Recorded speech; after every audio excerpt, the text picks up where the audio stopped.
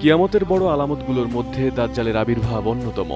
ইসলামী বর্ণনায় দাজ্জাল শুধু একজন প্রতারক নয়, বরং তার ফিতনাকে মানবজাতির ইতিহাসের সবচেয়ে ভয়াবহ পরীক্ষাগুলোর একটি হিসেবে তুলে ধরা হয়েছে। রাসূলুল্লাহ সাল্লাল্লাহু আলাইহি ওয়াসাল্লাম বলেছেন, আদম আলাইহিস সালামের সৃষ্টি থেকে কিয়ামত পর্যন্ত দাজ্জালের চেয়ে বড় কোনো ফিতনা নেই। রাসূলুল্লাহ সাল্লাল্লাহু আলাইহি ওয়াসাল্লামের বর্ণনায় দাজ্জাল হবে একচোখা, কপালে লেখা থাকবে কাফির।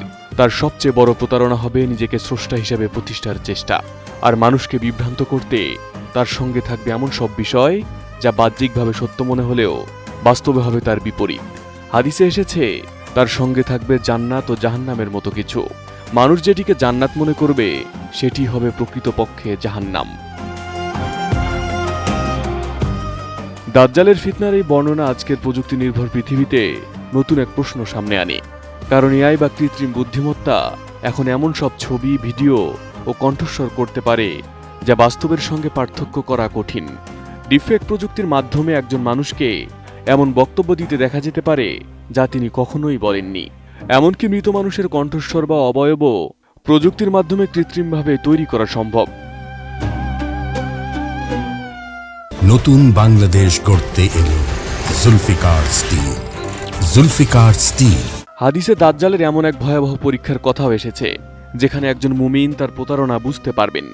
দাজ্জাল তাকে হত্যা করার পর পুনরায় জীবিত করার মতো ঘটনা ঘটবে, এমনকি তার মৃত বাবা মাকেও জীবিত করে দেখাবে দাজ্জাল। কিন্তু এসব দেখে ওই ব্যক্তির ঈমান আরও দৃঢ় হবে, অর্থাৎ চোখের সামনে ঘটে যাওয়া অসাধারণ কোনো ঘটনাও তাকে সত্য থেকে বিচ্যুত করতে পারবে না।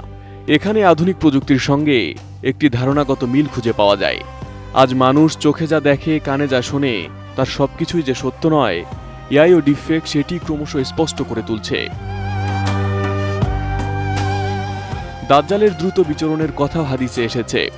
রাসূলুল্লাহ সাল্লাল্লাহু আলাইহি ওয়াসাল্লাম তার গতিকে বাতাসে তাড়িত মেঘের সঙ্গে তুলনা করেছেন।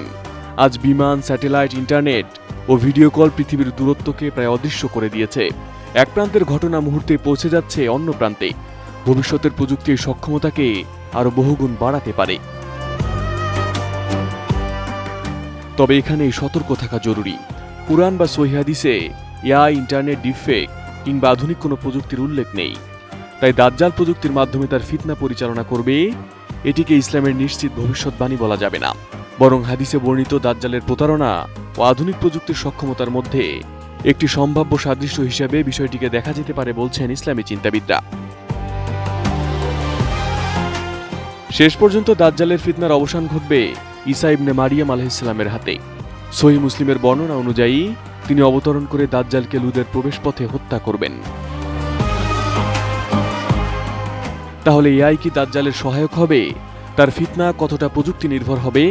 এসবের নিশ্চিত উত্তর মানুষের জানা নেই। দাজ্জালের আগমনে তার কার্যকারিতা ঠিক কেমন হবে, কোন প্রযুক্তি সে ব্যবহার করবে, একমাত্র আল্লাহ পাকই তা ভালো জানেন। তবে আজকের প্রযুক্তি আমাদের একটি বিষয় শিখিয়ে দিয়েছে, চোখে দেখা কিংবা কানে শোনা প্রতিটি বিষয় সত্য নাও হতে পারে। আর দাজ্জালের ফিতনা থেকে বাঁচতে তাই প্রযুক্তির চেয়েও বেশি প্রয়োজন ঈমান, জ্ঞান এবং সত্য মিথ্যা যাচাই করার সক্ষমতা। এমনটাই বলছেন ইসলামী চিন্তাবিদগণ। Arif Hasan, ATN news.